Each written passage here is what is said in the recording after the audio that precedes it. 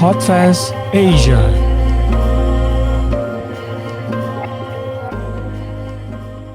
Ladies and gentlemen, we're back with more PodFest Asia, a virtual summit. And of course, Sharon Taylor is someone that my good friend, Brian Barletta, is looking forward to tune into this particular program because her favorite friend and colleague, Sharon, is on the program. How are you today?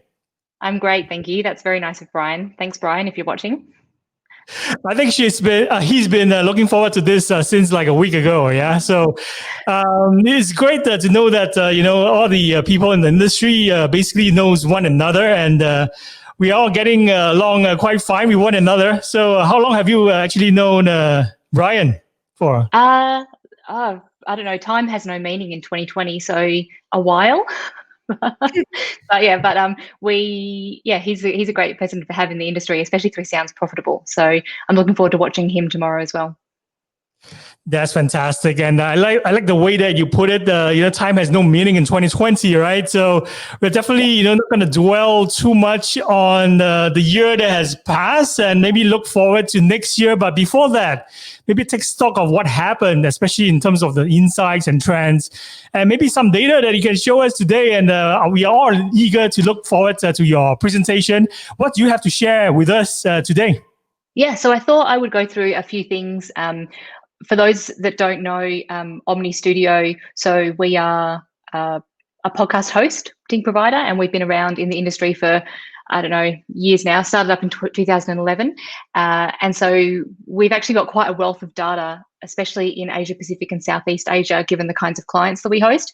And so I went trawling through all of that and tried to pull out some insights and some facts and some trends and maybe tie them back to tactics that I thought people could be interested in. So I thought we could go through maybe some numbers to start, if that makes sense. That's brilliant. Okay. The time is about, I think we're just about 3 minutes in. So you have 27 minutes to maybe cover as many slides as you have prepared for us. So please go ahead. No worries. Okay, time me. Go. All right. So we'll start with the numbers because I think that's the best place to start in a data presentation. So we looked back through all of our growth in the last we went back to 2016 and looked forward to year to date now, which is basically whole calendar year. And the headline is growth. Like Asia Pacific and Southeast Asia has always been pretty steady for us in terms of the number of downloads that it contributes. So it's always hovers around 15 to 18% of our total downloads as Omny Studio. But in the last few years, we've seen pretty consistent growth. That 97% figure is the average of the last 3 years. And so what we're seeing is a greater appetite for more podcasting content down here, and a lot more publishers are getting into the space as well, which has been really, really good. So I thought I'd dig into a few standouts because that's always of interest. And so right here, what you're seeing is a few markets that I've picked out through Asia Pacific, where we include some more emerging and mature markets like India and Israel too. This percentage that you see up there is the 3-year total growth percentage. So in the last 3 years, Japan has just grown by leaps and bounds in terms of the amount of downloads that we're seeing. And that's driven by a few things. Largely in Japan, there's a sales house called Atonal that we work with. And they are doing an amazing job of getting new publishers into the space. And I think it goes quite a good way to show that when you do have emerging markets, you either need to have a really, really popular podcast that just grows by word of mouth, or you need some sort of business kind of behind the scenes, I suppose, to drive that. And so that's really what has been happening in Japan. You see Singapore is still growing, in triple digit figures. India, Israel, driven in different ways by different people there. Like, in Israel, we've got lots of the national broadcaster that does work. Singapore has really been commercial broadcast focused, getting into podcasting, but now we're starting to see some more podcast specific creation agencies. There's one there called Splice Studios that's starting to do some cool stuff. And so each of the regions are accelerating in their downloads and their listening habits, and it's being fueled by a few different reasons, if that makes sense. And then I thought it would be good to pin it back to Australia. So in Asia Pacific, Australia is obviously the most mature of the markets. Like, it's been around for the longest time. Commercial radio here has done a huge job of bringing all the podcasters, I guess, or tying them up in Australia. So every commercial radio outfit here has some sort of podcast offering, whether that's like Podcast One coming out of Southern Cross. Nova's got a podcast network. ARN does stuff with iHeartMedia down here. But even then, in the last 12 months, we have seen astronomical growth. So that's like the difference in bars as Australia kind of tunes into this podcasting phenomenon, and as more, I guess, overseas content is being consumed here as well, the downloads are just kind of going through the roof. Australia is a more mature market. Like, you've got people here doing, like podcast upfronts. So podcast networks that talk about how many new shows they're launching and what those shows are going to be. Whereas, I think, as you would know, Wayne, in, other countries in Asia Pacific, that's not really something that is kind of swept up yet. But I think it's coming. Like, I think Australia as the canary in the coal mine, as what a mature market looks like and how they got there, has some really interesting lessons for the other countries in the region. We looked at how they're listening, so on what devices. Again, this is data going back. This is just 2020 data. So all of our year-to-date data of all the downloads that we're serving down here. Obviously, mobile is the standout. So that's always going to be the case. But interesting to see desktop becoming a larger listening endpoint. I think Japan is our, like, taking Australia out of everything, because they're always going to lead in all of these numbers. Japan is leading for us in terms of TV. Same with tablets. Smart speakers, taking Australia out of it. Singapore is really ahead there. So we see a lot of usage of smart speakers for podcasting in Singapore. And then, the desktop side of things is more in regions where publishers are driving it because of their news content. So people are used to going to online news sites, and publishers are adding podcast content into it as well. So it's interesting to kind of see drilling into smart speakers would be interesting for some people to take a look at. So in Australia, in Asia Pacific, for the last 12 months, Google really owns all of this entire region. So they account for like 81% of our smart speaker downloads. Alexa is 17%, and then the rest is kind of like Sonos and a couple of other like smaller speakers. But what's interesting to see is that Alexa has jumped pretty strongly in the last 12 months for us. So it jumped up about just under 500% for 2020, whereas Google maybe got to 150% like increase year on year. So it's interesting to watch what's happening with smart speakers.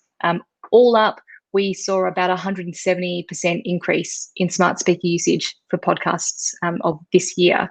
The biggest increase is coming from Australia, obviously, and then Japan and the Philippines, which I thought was really interesting. A lot of people, I think, are really quick to say that podcasting doesn't lend itself to smart speakers because it's such an intimate medium, and it's more about radio in the house.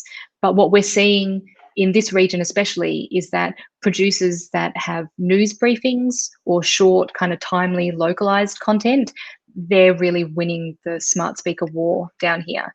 I think it'll be interesting to see what happens in places like Thailand. So like there was some research that got put out recently that said, almost 50% of people in Thailand said they've used like some sort of voice assistant on their smartphone or given like voice commands to a smart speaker.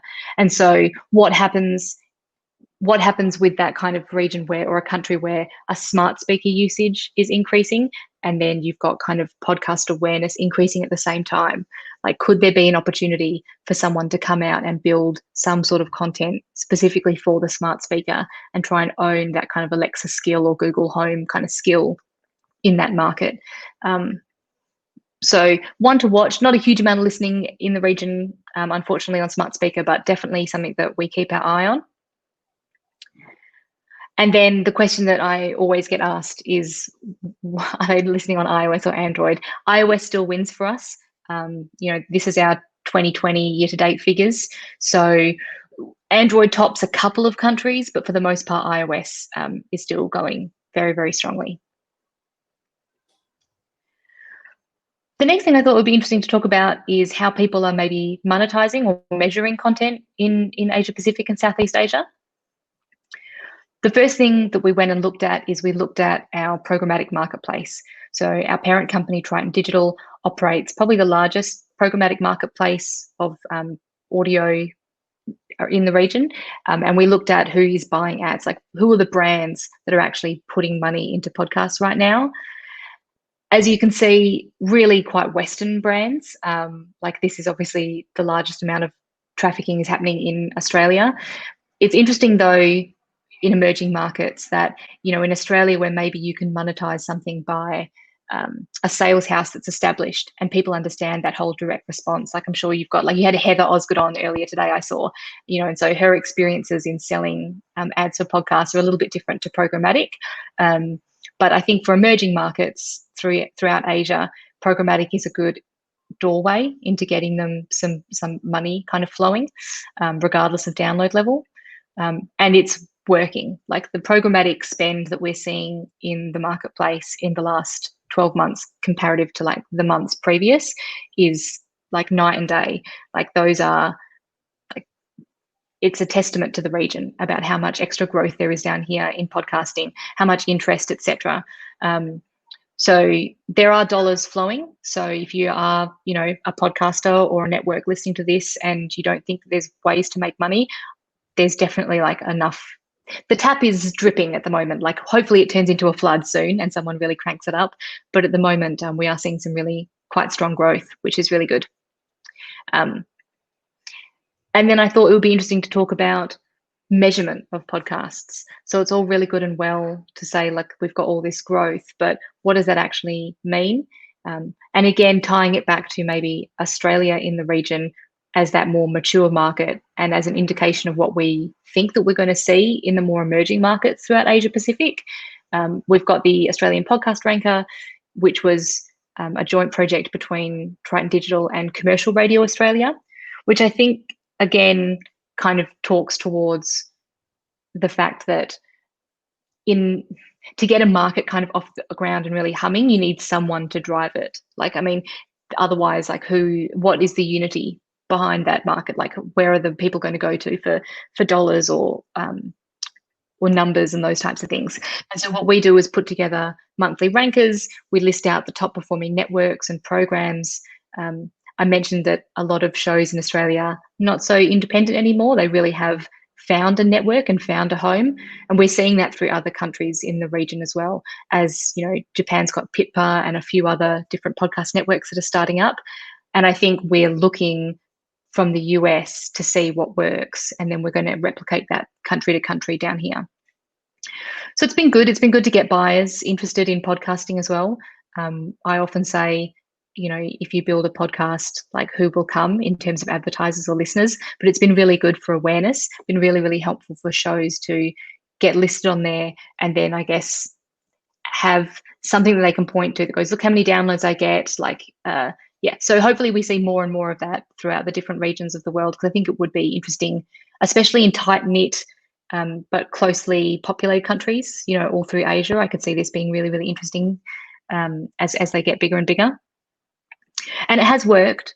So this is a slide that I've pulled from the Infinite Dial in Australia that's done through Edison Research and a few of their partners. And if you look at the awareness of podcasting as a term in Australia, which is, gone past the US's awareness as a percentage of population, there is something to be said for if you can have a megaphone and if you can use those networks or whatever you can to, I guess, promote the message or the shows that you're getting, then I think it's kind of going hand in hand with the growth that we're seeing, if that makes sense. So it's been really, really useful, I think, in Australia. The other things that have been working in regions of the world down here that we see in terms of market tactics has been consolidation. So podcast apps, so localized app distributors, JioSaavn in Ghana, for instance, or Himalaya in China. In Australia, most of the large producers of podcasters have some sort of dedicated app offering. So whether that's Podcast One, whether that's Mamma Mia, whether it's the iHeart app. And so it has been really useful to, I suppose, aggregate a lot of shows as opposed to you being like one voice that is screaming out into a void, go find my show. It's been really helpful for shows to band together and have that kind of network effect, which I think we'll see through other regions as well. And we are seeing, like, as more and more publishers and networks get off the ground in other regions down here, other countries down here, you can see that people are thinking about building out their own app, or, you know, even as much as Spotify making different offerings in their app than maybe you see in like Latin America or something like that. So it's been really, really useful. We're not seeing a lot of independence yet in our data in Southeast Asia, like not a lot of like dedicated listening apps in the market, as opposed to what you see through like India or Australia. But I'm hoping that with more networks launching and like lots more sales houses launching, that we start seeing something like that, which would be really interesting to me. What is working, and where we do see people kind of like go through the roof in terms of localized podcast downloads, are publishers that do local exports, so localized versions. So these are two of our clients that build a localized version of Business Wars, which is a really popular Wondery podcast in the US, and they, you know, make their own versions of those, you know, language, etc., all the stories. And so people that maybe are firing up shows, or networks that are firing up shows and not really sure where to start, there's probably space in your territory to like own that and look at gaps that exist in that market, you know. So if you need more news podcasts, then you could do that. And if you don't, then like, why not talk to something that's really popular in the US and try and see if you can localize that for them, like Business Wars has done with Wondery.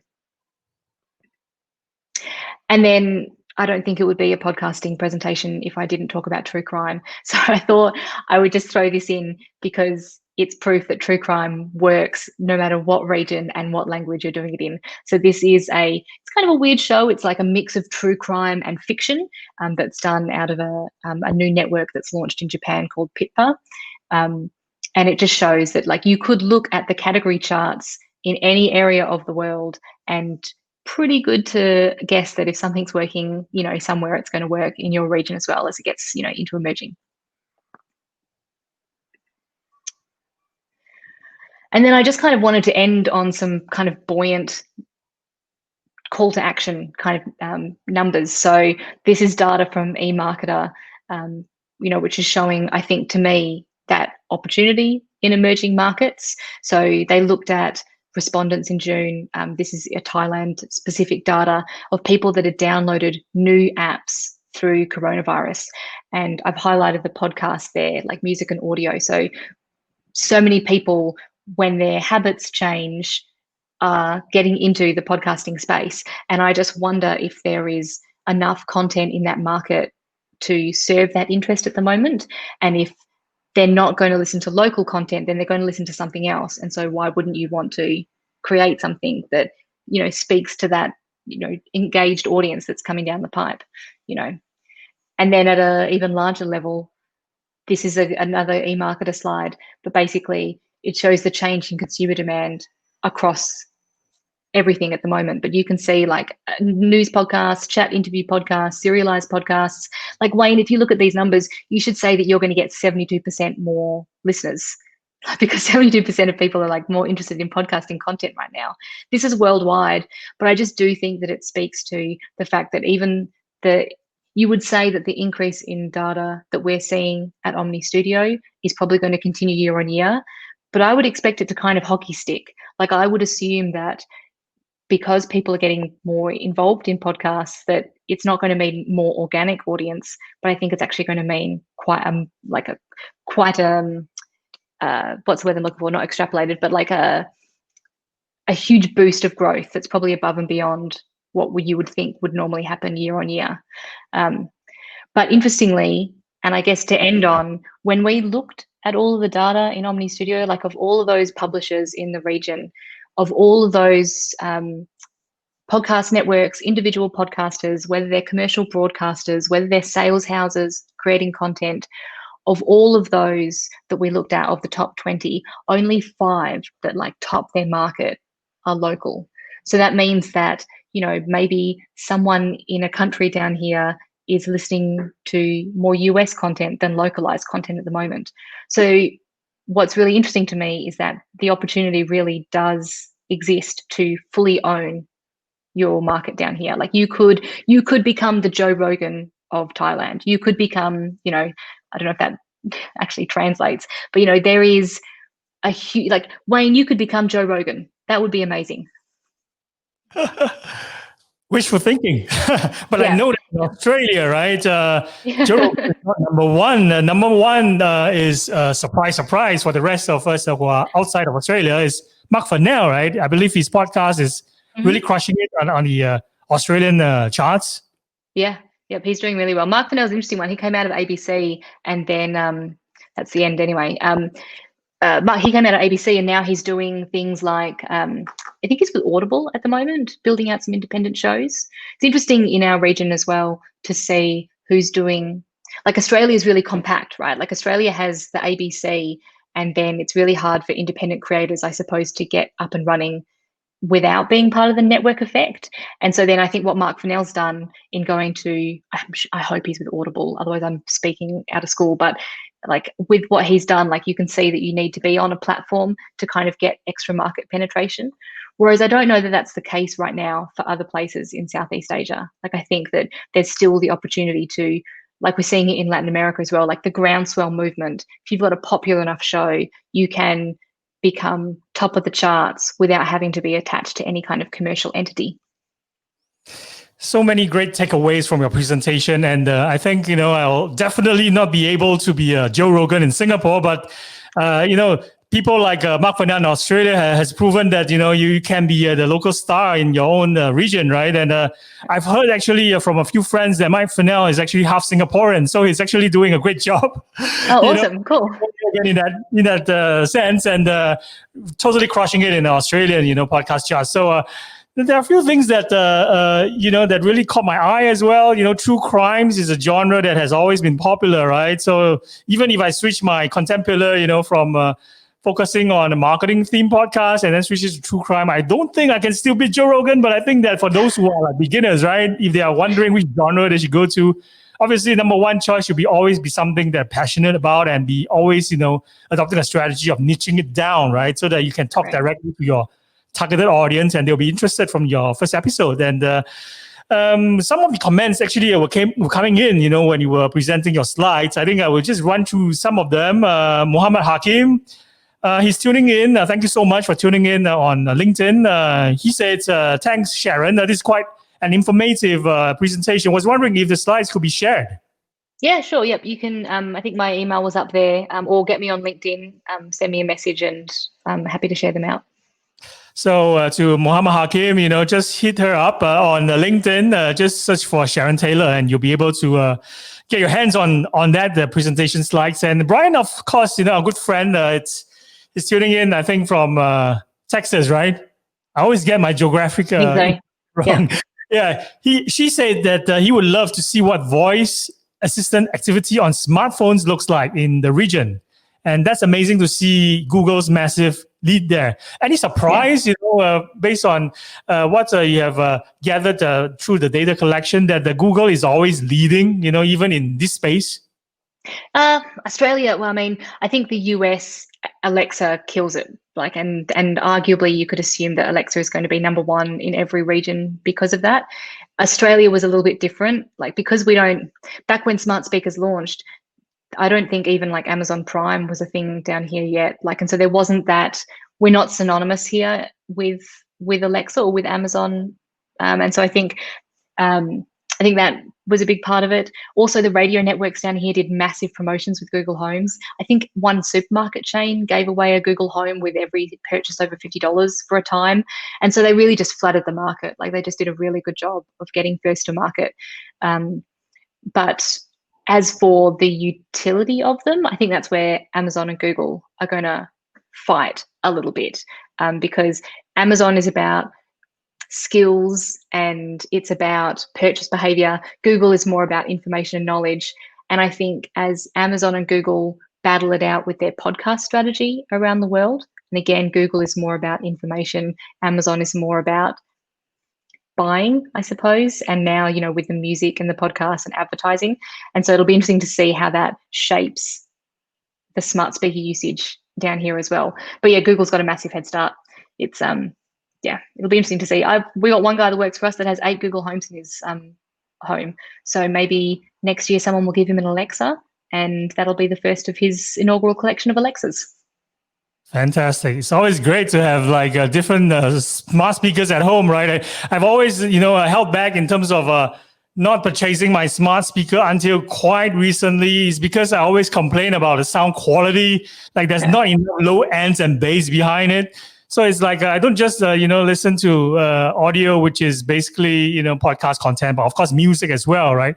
But these days they have improved by leaps and bounds. I think Google is also partnering with many other manufacturers or leaders in the field of audio equipment, like I think Harman Kardon. I think you mentioned about Sonos as well. So those speakers sound really fantastic, and it's like for the person or the purchaser or the consumption of huge content, right? The consumer will definitely be looking at speakers that sound great, has all these smart speaking voice assistant capability built in. And of course, more people will be upgrading. And once they upgrade their old analog or even like Bluetooth speakers that has no such capabilities, we'll see more people actually discovering podcasts. I think that's going to be a big win for the industry. I think so. But I mean, the usage of podcasts right now on smart speakers is so low. And I think the people that are doing the best job of winning in downloads are the ones that have got other media that they can use as like a megaphone. So whether that's radio or whether that's TV, and what is the utility that the smart speaker is going to bring them that they can market. So it's more news briefings and those types of things. It's really hard for, would you want to move your audience of this show away from where they listen to say, now you can also get me on a smart speaker?